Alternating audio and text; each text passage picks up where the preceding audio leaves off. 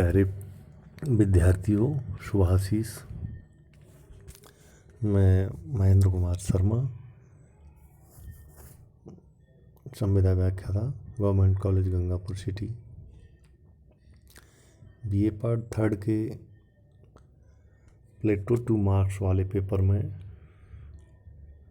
हमने पिछले व्याख्यानों में अरस्तू के बारे में अध्ययन किया। आज हम संत थॉमस एक्विनास के लेखन परिचय एवं उनके मूलभूत प्राथमिक विचारों को यहाँ चर्चा में लेंगे।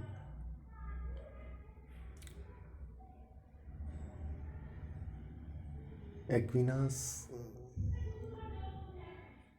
एक संत के रूप में थे।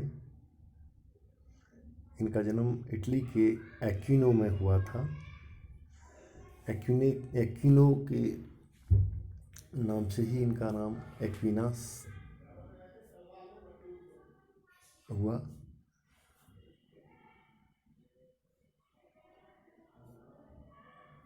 मानव बौद्धिक व विवेकशील प्राणी है। मानव पापी नहीं है। उनके अनुसार मानव की बुद्धि व विवेक सीमित है। मानव क्रमशः भौतिक, सामाजिक, दर्शन व ज्ञान प्राप्त करता है। राज्य, सरकार भौतिक आवश्यकताओं की पूर्ति करता है। यानी राज्य और सरकार के बारे में बताया है कि ये भौतिक जीवन की जो आवश्यकता होती हैं उनको पूर्ण करता है। मूल स्वभावतः बुद्धि और विवेक की जो भावना है या उनकी क्रियात्मकता है,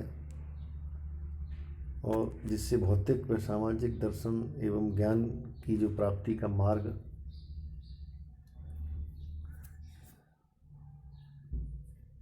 निश्चित किया जाता है या उससे प्राप्त किया जाता है।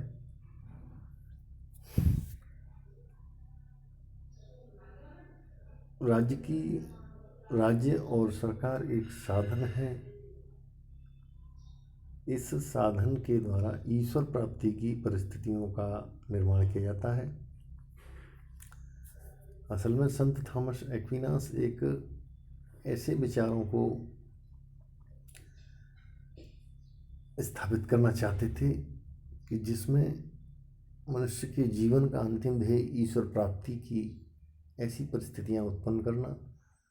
राज्य और सरकार तो साधन मात्र हैं, लेकिन उन साधनों के माध्यम से जो साध्य या गोल प्राप्त करना है वो ईश्वरीय दत्त जो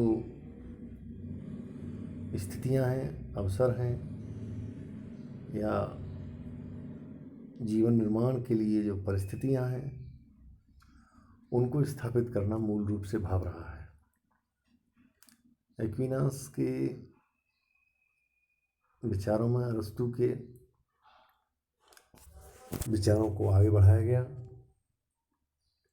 इसलिए इसे मध्ययुग का अरस्तू कहा जाता है। मिडिल टाइम अरस्तू का नाम इन्हें दिया जाता है। प्रश्न कई बार ये भी आता है कि पाश्चात्य विचारकों की श्रृंखला में मध्ययुग का अरस्तू किसे कहा जाता है? तो इसका सीधा एक शब्द में उत्तर होगा संत थॉमस एक्विनास।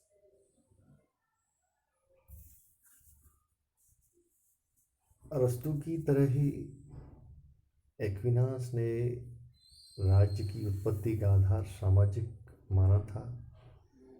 इसी तरह अरस्तू के अनुसार विधि के शासन को माना। दासता एवं संपत्ति के विचार को भी अरस्तू ने ग्रहण किया एक्विनास से। दासता के बारे में जो अरस्तू ने सर्वाधिक प्रचलित अवधारणा स्थापित की एवं संपत्ति के बारे में जो विचार दिए उनको भी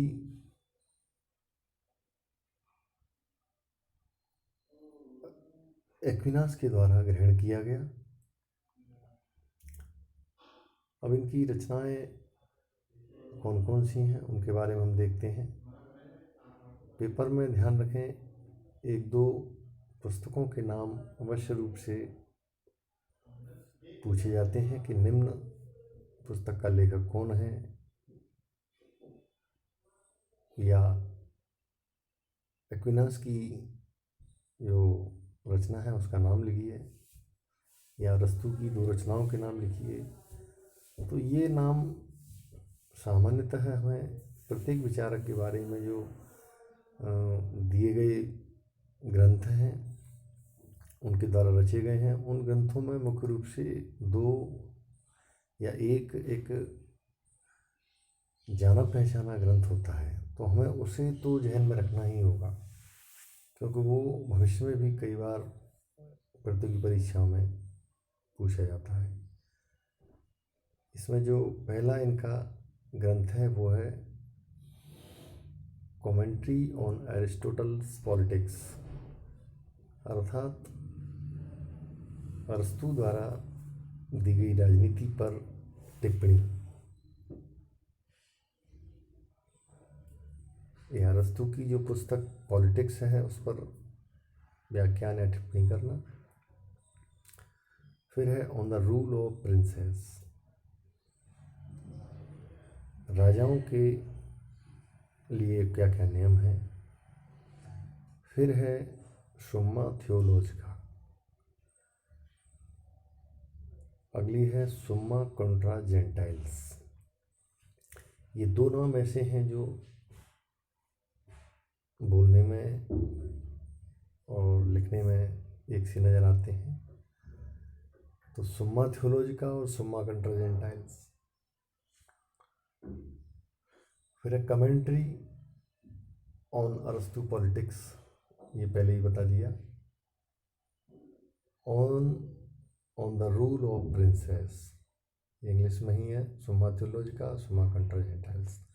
तो हिंदी में भी इनको हम नामकरण की दृष्टि से लिख सकते हैं, या फिर हमें अगर ये स्पष्ट रूप से आता है तो हम अंग्रेजी के वर्णमाला में भी इसको लिख सकते हैं। दोनों ही तरीकों से वह सही माना जाएगा।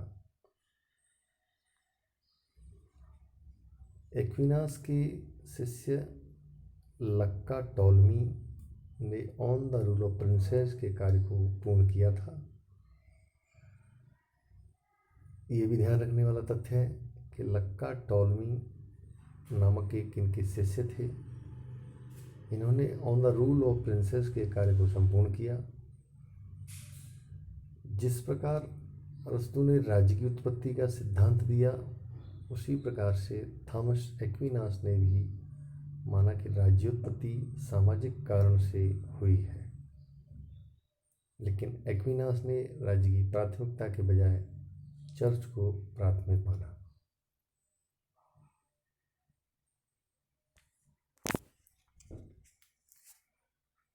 प्रोफेसर डनिंग ने उन्हें सभी विद्युतावादी दार्शनिकों में से सबसे महान विद्युतावादी माना। एक्विनास रेने, डेकार्ट एवं मार्टिन हाइडेगर से प्रभावित थे। किन किन से प्रभावित थे? Rene, Descartes, Martin Heidegger. इनका जन्म इटली के नेपल्स राज्य में स्थित एक्विनो स्थान पर 1225 ईस्वी में हुआ था।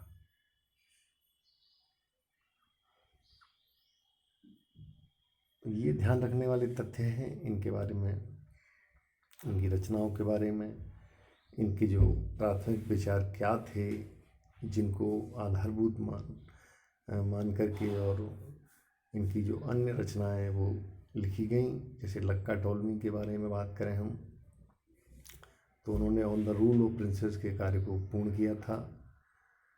जो इनके शिष्य थे अच्छा, इन्होंने राज्य की प्राथमिकता के बजाय ध्यान रखने वाला ये बिंदु है कि चर्च को प्राथमिक माना, यानी पहली जो आकर्षण की इनकी तथ्यात्मक पद्धति थी उसमें इन्होंने अन्य विद्वानों की तरह राज्य की इतनी ज़्यादा प्राथमिकता को नहीं देखा, बल्कि चर्च को इन्होंने सर्वाधिक माना। दो इनकी और रचना है, to the king of Cyprus on kingship. पहली है to the king of Cyprus, दूसरी है ऑन किंगशिप। तो इस तरह से इनके विचार इसमें आते हैं और एक्विनास के बारे में हम जो कानून के सिद्धांत दिए गए हैं उन्हें हम नेक्स्ट वीडियो में लेंगे। तब तक के लिए धन्यवाद।